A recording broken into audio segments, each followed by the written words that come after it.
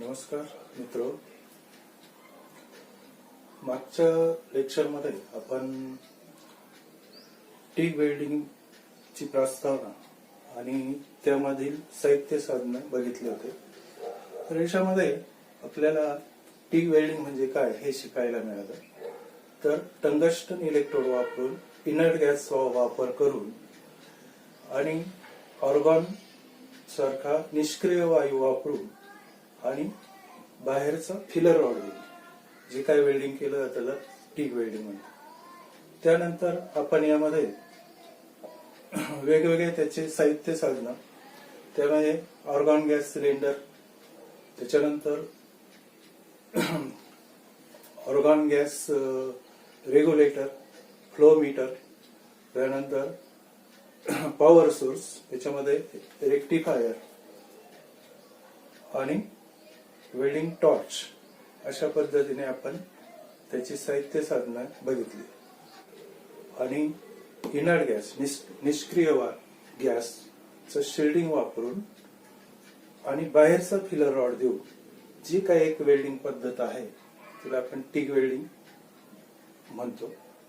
त्यानंतर याच्यामध्ये आपण साहित्य साधण्यामध्ये बघितलं होतं की याच्यामध्ये मेन पॉवर सोर्स असतात. पॉवर सोर्स बघितले होते. त्यानंतर त्याच्यामध्ये ऑर्गॉन सिलेंडर असतं, गॅस रेग्युलेटर असतं, गॅस फ्लो मीटर असतं, त्यानंतर पॉवर सोर्स म्हणजे रेक्टिफायर असतं आणि वेल्डिंग टॉर्च असते. शिवाय या पद्धतीमध्ये टॉर्च जास्त गरम होत असल्यामुळे तिच्यामध्ये आपल्याला कूलिंग सिस्टीम एक असते, ती आपण बघितली. आता आजच्या टॉपिक मध्ये टिग वेल्डिंग पार्ट 2 याच्यामध्ये आपण एसीडीसी पॉवर सोर्स जे काय आपण याच्यामध्ये वापरतो टिग वेल्डिंग मध्ये, तर त्यांचा रचना किंवा त्यांचा उपयोग किंवा त्याची कॅरेक्टरिस्टिक्स वैशिष्ट्ये आपल्याला बघायची.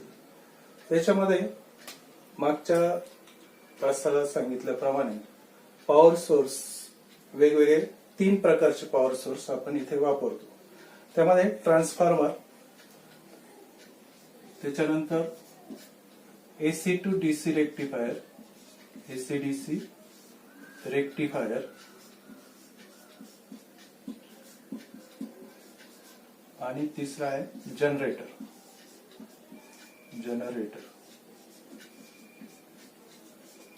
अशा 3 प्रकारचे आपण याच्यामध्ये पॉवर सोर्स वापरतो. त्याच्यामध्ये ट्रान्सफॉर्मर जे आहे ते आपल्याला सर्वांना परिचित आहे. तर ट्रान्सफॉर्मरचा उपयोग याच्यामध्ये आपण वेल्डिंग करताना फक्त ॲल्युमिनियमचे मिश्र धातू किंवा ॲल्युमिनियम आणि मॅग्नेशियमचे मिश्र धातू किंवा मॅग्नेशियम या धातूंना वेल्डिंग करण्यासाठीच जास्त उपयोग आपल्याला ट्रान्सफॉर्मरचा होतो. त्यानंतर एसी टू डीसी रेक्टिफायर. आता बघा, ट्रान्सफॉर्मरचं सुधारित रूप रेक्टिफायर आहे. ट्रान्सफॉर्मर मध्ये काही बदल करून आपण एसी चा जो करंट आहे तो डीसी मध्ये परावर्तित करतो आणि त्यासाठी आपण रेक्टिफायर युनिट, रेक्टॉन युनिट याच्यामध्ये बसवून आपण एसी सप्लाय बरोबर डीसी सप्लाय सुद्धा याच्यामध्ये निर्माण करतो. रेक्टिफायरचा महत्वाचा उपयोग आपल्याला की एका वेळेस आपण त्याच मशीनवर एसी आणि डीसी असे 2 प्रकारचे करंट मिळवू शकतो. म्हणजे वेल्डिंग करताना आपल्याला डीसी ची आवश्यकता असेल तर आपण डीसी करंट त्याच्यावर मिळवू शकतो आणि एसी ची आवश्यकता असेल तर एसी करंट मिळवू शकतो. अशी रचना त्या मॅन्युफॅक्चररने किंवा ज्याने ते मशीन निर्माण केलंय त्या कंपनीने त्याच्यामध्ये केलेले असते. एक नॉब दिलेला असतो. आता रेक्टिफायर मध्ये आणि जनरेटर मध्ये फरक एवढाच की जनरेट म्हणजे निर्मिती, म्हणजे ज्या ठिकाणी डीसी करंटची निर्मिती होते त्याला जनरेटर म्हणतात. तर जनरेटरचा आपण बरीचशी माहिती यापूर्वीच्या याच्यात तासाला घेतलेली. तर जनरेटर मध्ये एक आर्मेचर, त्यानंतर कॉइल्स असतात आणि तिथे डायरेक्ट मॅग्नेटिक फील्ड कट करून त्याच्यामध्ये आपण डायरेक्ट डीसी करंटची निर्मिती करतो आणि ते आपण वेल्डिंगसाठी डायरेक्ट वापरतो. आता याच्यामध्ये दोन प्रकार आहेत डीसी जनरेटरमध्ये. तर याच्यामध्ये इलेक्ट्रिकल ड्रिव्हन आणि इलेक्ट्रिकल मोटर ड्रिव्हन आणि डिझेल किंवा पेट्रोल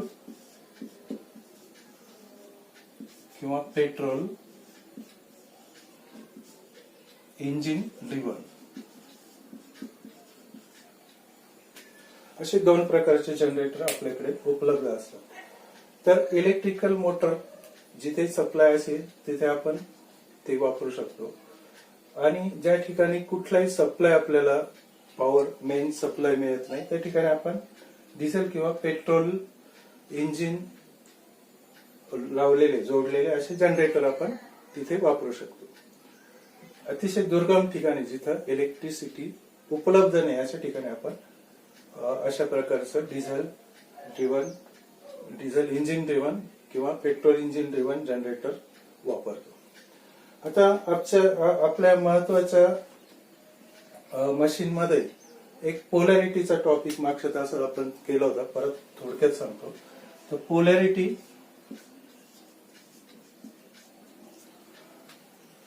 पोलॅरिटी मध्ये आपल्याला वेल्डिंग करताना जे काही वेगवेगळे धातू वेल्डिंग करावे लागतात किंवा वेगवेगळ्या जाडीचे थिकनेसचे धातू वेल्डिंग करावे लागतात, तर त्यासाठी आपल्याला पोलॅरिटीचं नियोजन करावं लागतं.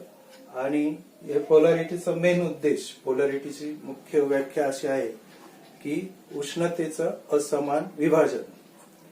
म्हणजे जे दोन टर्मिनल्स, इलेक्ट्रोड होल्डर किंवा टॉर्च आणि दुसरा अर्थिंग टर्मिनल्स, या दोन्ही मधला जो डिफरन्स असतो, फरक असतो करंट मधला, तो करंट मधला जो फरक आहे तो आपण कमी किंवा जास्त, एका टोकाला कमी किंवा जास्त, तर आपल्याला पोलॅरिटीच्या माध्यमातून तो करंट कसा असतो.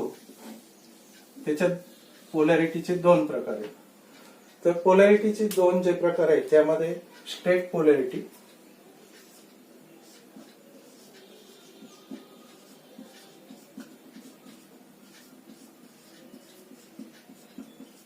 आणि दुसरी रिव्हर्स पोलॅरिटी.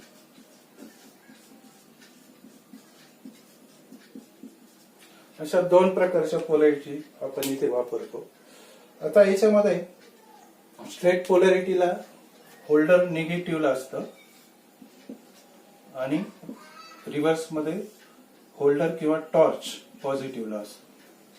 तर ह्या दोन गोष्टी महत्वाच्या आपल्याला लक्षात ठेवायच्या आहेत की पोलॅरिटी मध्ये जेव्हा तुमचा वेल्डिंग टॉर्च निगेटिव्हला असेल तेव्हा स्ट्रेट पोलॅरिटी, आणि जेव्हा तुमचं होल्डर किंवा टॉर्च रिव्हर्स पॉझिटिव्ह टर्मिनल्सला असेल तेव्हा रिव्हर्स पोलॅरिटी. तर या पोलॅरिटीचा उपयोग आपल्याला जास्त करून उष्णतेचं नियोजन करण्यासाठी, आपण विभाजन करण्यासाठी वापरतो. त्यामध्ये आपल्याला डीसीआरपी आणि डीसीएसपी म्हणजे डीसीएसपी आणि डीसीआरपी अशा दोन पोलॅरिटी आपण वापरतो.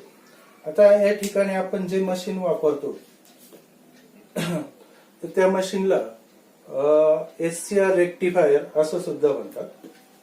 एससीआर रेक्टिफायर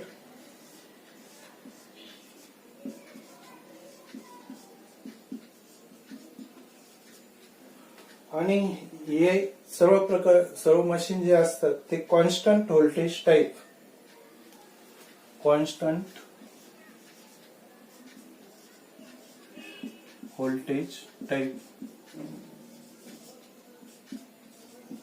असे हे मशीन असतात. आता याच्यामध्ये एससीआर टाईप रेक्टिफायर जे असतात त्याला silicon control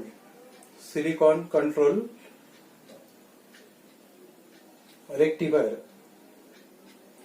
silicon control rectifier असं करंट मिळतो तर तो सिलिकॉनच्या ज्या स्ट्रिप्स असतात, सिलिकॉनचे जे लेअर देऊन एक अल्युमिनियमच्या प्लेटवर सिलिकॉनचं वेगवेगळे लेअर देऊन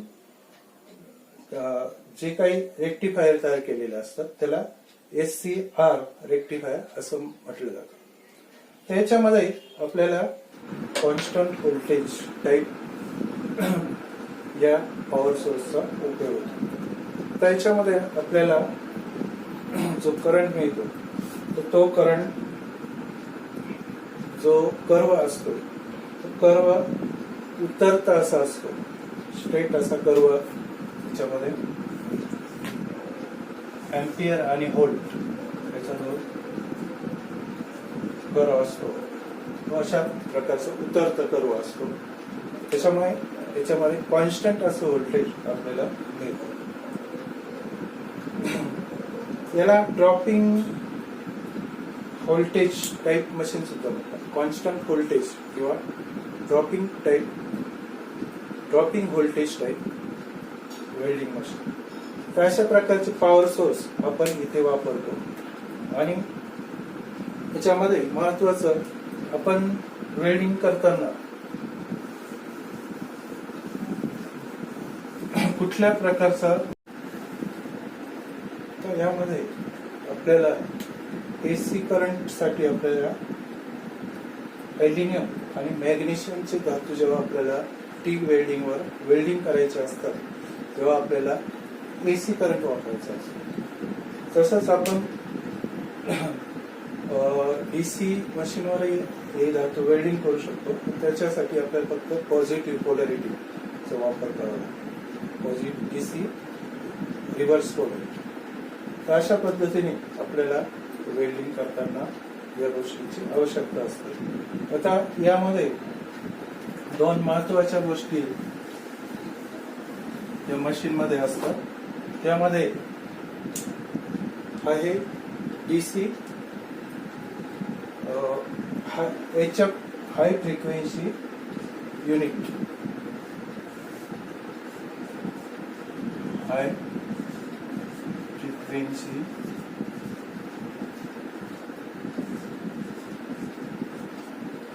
फ्रिक्वेन्सी युनिट HF युनिट.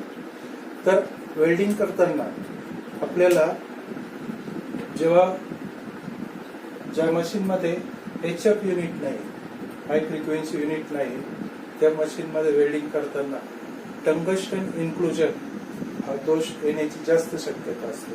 त्याचं कारण असं की जेव्हा आपण वेल्डिंग करतो तेव्हा साधं मशीन असेल त्याच्यात HF युनिट नसेल तर टंगस्टन इलेक्ट्रोड हा जॉबला चिकटतो आणि त्याचे काही कण वेल्डिंग करताना वेल्ड मेटलमध्ये मिक्स होतात आणि त्या ठिकाणी कठीणपणा निर्माण होतो.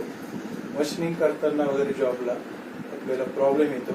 तर त्यामुळे याच्यामध्ये हे मशीन मध्ये हाय फ्रिक्वेन्सी युनिट डिझाईन करून बसवलेलं असतं. याचं कार्य कसं चालतं ते आता आपण बघू. तर याला दुसरं नाव आहे हाय फ्रिक्वेन्सी स्पार्क ऑसिलेटर. तर याच्यामध्ये आपल्याला आकृतीमध्ये दाखवल्याप्रमाणे अशा प्रकारची याचं सर्किट असतं. त्यापूर्वी आपल्याला HF युनिटचं कार्य काय हे महत्वाचं आहे. तर HF युनिट मध्ये जेव्हा आपण वेल्डिंग करतो तेव्हा टॉर्च जॉब जवळ नेल्यानंतर जॉबच्या सरफेस पासून इलेक्ट्रोडची टीप याच्यामध्ये 6 mm किंवा त्यापेक्षा कमी अंतर असेल तेव्हा ऑटोमॅटिक स्पार्क तयार होतो आणि आर्क तयार होऊन आपण जॉबला इलेक्ट्रोड टच न करता डायरेक्ट वेल्डिंग करू शकतो. तर त्याचं कार्य कसं चालतं, हाय फ्रिक्वेन्सी युनिट कशा पद्धतीने कार्य करतात ते आपण बघू. तर याच्यामध्ये हाय फ्रिक्वेन्सी युनिट मध्ये आपल्याला हाय व्होल्टेज आयर्न कोर असलेला ट्रान्सफॉर्मर असतो. हे बघा, हा आहे high voltage iron core transformer. त्याच्यामध्ये high voltage iron core transformer वापरलेला असतो. त्यानंतर याच्यामध्ये कॅपॅसिटर असतो. कॅपॅसिटर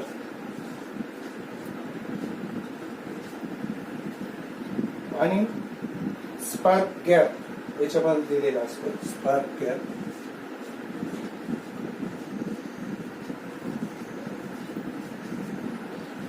तर याच्यामध्ये आपल्याला हाय व्होल्टेज एचएफ युनिट मध्ये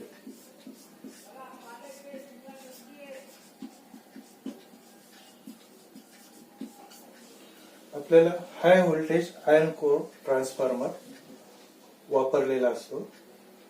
तर याच्यामध्ये आपल्याला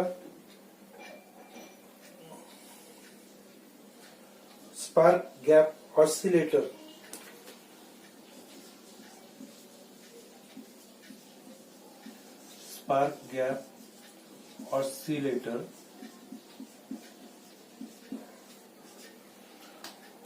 हा याच्यामध्ये कार्य करतो. तर याच्यामध्ये दोन महत्वाच्या गोष्टी असतात. हाय व्होल्टेज आयर्न कोर ट्रान्सफॉर्मर हा मेन सप्लाय याला दिलेला असतो.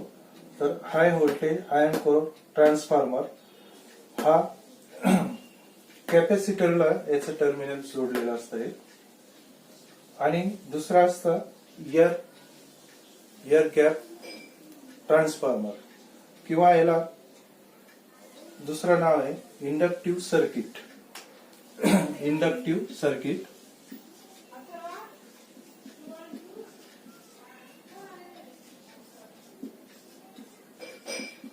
इंडक्टिव्ह सर्किट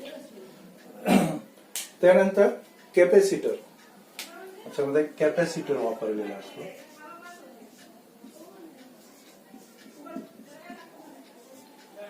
तर याच्यामध्ये हा जो हाय व्होल्टेज आयर्न कोर ट्रान्सफॉर्मर आहे तर तो मोठ्या प्रमाणात करंट कॅपॅसिटरला सप्लाय करतो. आणि हा कॅपॅसिटर जवळजवळ 5000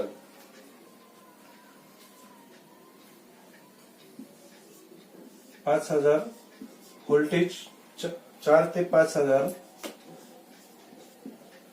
एवढा व्होल्टेज आपल्यामध्ये सामावून घेतो. आणि त्यानंतर तो जे व्होल्टेज आहे ते स्पार्क गॅप कडे पाठवतो.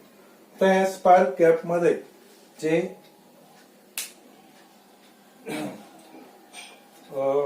चार्ज झालेले कॅपॅसिटर मध्ये जे चार्ज झालेले इलेक्ट्रॉन्स असतात किंवा स्पार्क ते हाय व्होल्टेजने इथे जम्प होतात स्पार्क गॅप मध्ये. आणि तिथून ते मेन वेल्डिंग सप्लायला जोडलेल्या कॉइलला म्हणजे एअर गॅप कॉइल किंवा इंडक्शन कॉइल जे आहे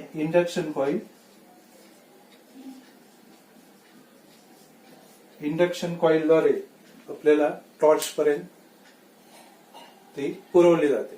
तर या पद्धतीने हाय व्होल्टेज ट्रान्सफॉर्मर हा हाय व्होल्टेज तयार करून कॅपॅसिटरला सप्लाय करतो. कॅपॅसिटर मधनं हे 4 ते 5000 व्होल्टेज मोठ्या प्रमाणात याचा फ्लो इलेक्ट्रॉन्सचा आणि स्पार्कचा फ्लो इलेक्ट्रॉन्स किंवा स्पार्कचा फ्लो स्पार्क गॅप कडे पाठवतो. आणि त्यानंतर हा इंडक्शन ट्रान्सफॉर्मर द्वारे वेल्डिंग सप्लायला जोडलेला असतो.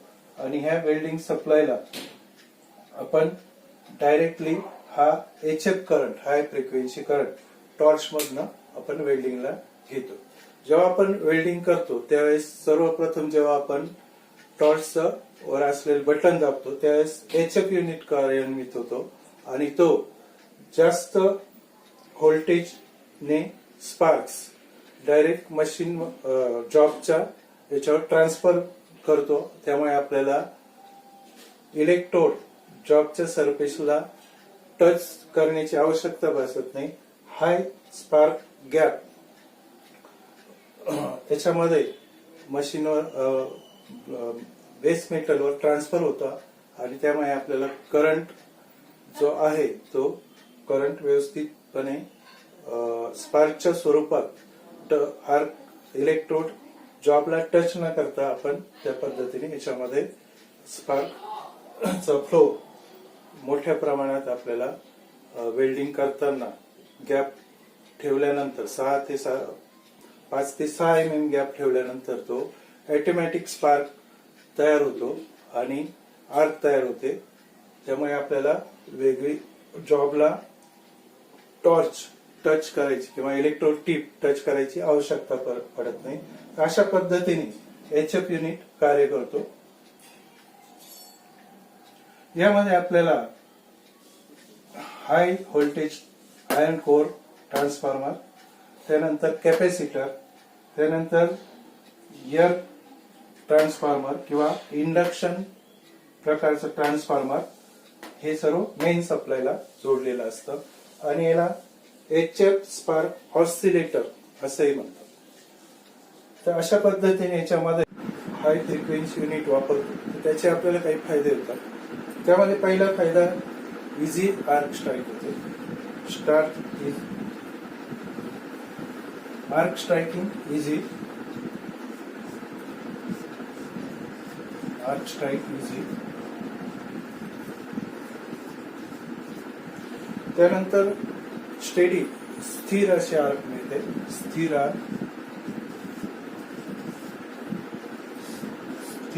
असे आर्क तयार होते. त्यानंतर लॉंग आर्क जरी आपण वापरली तरी कुठलाही परिणाम वेल्डिंग लीडवर होत नाही.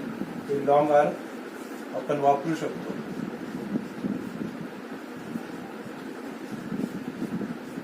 त्यानंतर इलेक्ट्रोडचं लाईफ वाढतं. कारण इलेक्ट्रोड टिप नेहमी जॉबवर टेकवत नाही. त्यामुळे जॉबवर घासण्याचा प्रश्न येत नाही आणि त्यामुळे त्याचं इलेक्ट्रोडचं लाईफ वाढतं. इलेक्ट्रोड लाईफ वाढते. त्यानंतर कमी गरम होतो. इलेक्ट्रोड हा वेल्डिंग करताना कमी गरम होतो, जास्त गरम होत नाही. त्यानंतर कमी जास्त करंट आपण वापरू शकतो. यामध्ये कमी जास्त करंट वापरू शकतो.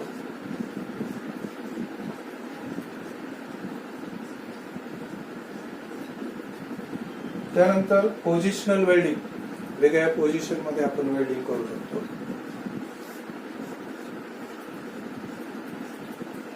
पोझिशनल वेल्डिंग करू शकतो आणि ॲल्युमिनियम आणि मॅग्नेशियम या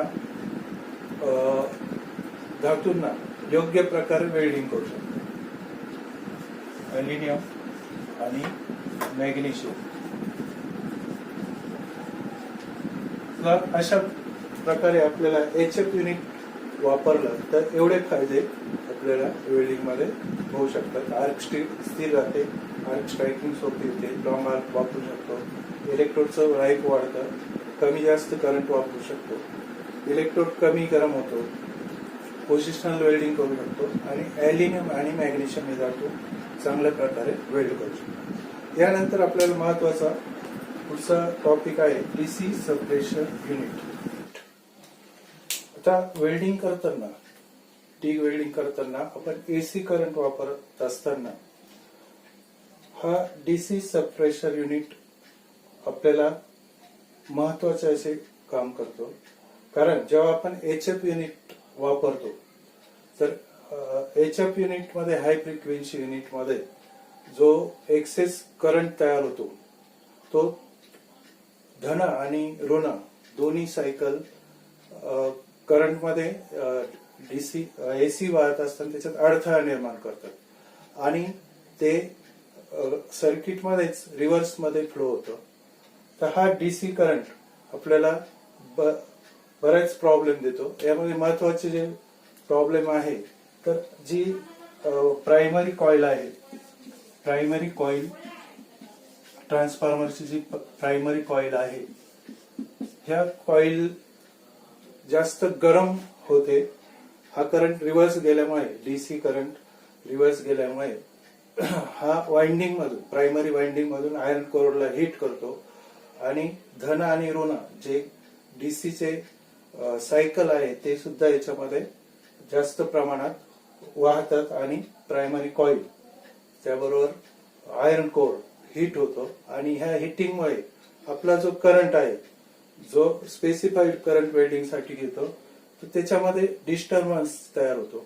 हा करंट कमी जास्त होतो कारण मेन सप्लाय प्रायमरी कॉईलला जास्त मिळतो, जास्त करंट हा त्याच्यामधून वाहू लागतो आणि आपला जो नियमित करंट आहे आउटपुटचा, त्याच्यामध्ये आपल्याला अनस्टेबिलिटी किंवा जास्त करंट मिळतो आणि त्यामुळे वेल्डिंग करणं कठीण होतं किंवा वेल्डिंगची क्वालिटी आपल्याला चांगली मिळत नाही आणि करंटचा व्यत्यय येत असतो.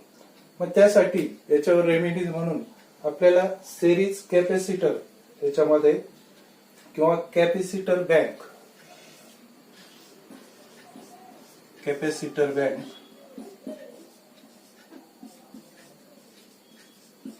सिरीज मध्ये आपल्याला याच्यामध्ये जोडावे लागते.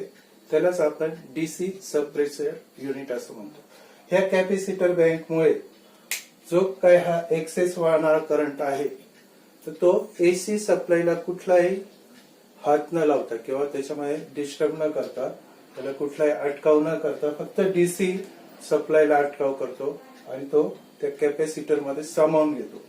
त्यामुळे हा डीसी जो इंटरफेअर करत असतो प्रायमरी कॉईलला किंवा आयर्न कोरला, तर तो न करता आपल्याला चांगल्या प्रकारे एसी करंट हा उपलब्ध होतो आणि हे महत्वाचं कार्य डीसी सप्रेशर युनिटमुळे होतं.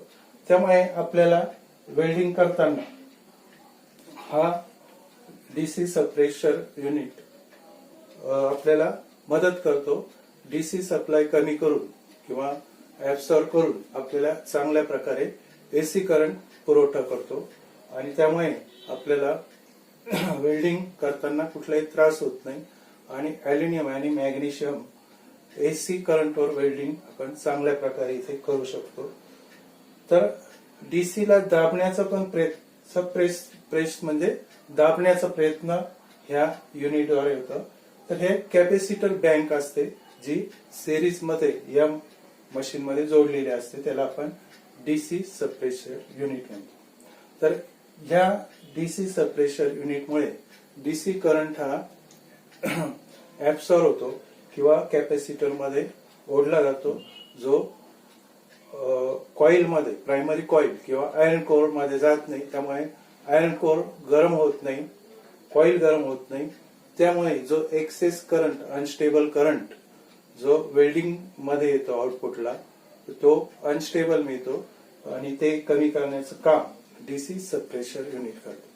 तर अशा पद्धतीने डीसी सप्रेशर युनिट आपण इथे वापरतो. तर अशा पद्धतीने एसी डीसी वेल्डिंग मध्ये आज आपण पॉवर सोर्स मध्ये पोलॅरिटी, त्यानंतर HF unit, high frequency unit आणि डीसी सप्रेशर युनिट हे दोन महत्वाचे युनिट मशीन मध्ये वापरले जातात याची माहिती घेतली. पुढच्या तासाला आपण वेल्डिंग टॉर्च बद्दल माहिती. धन्यवाद.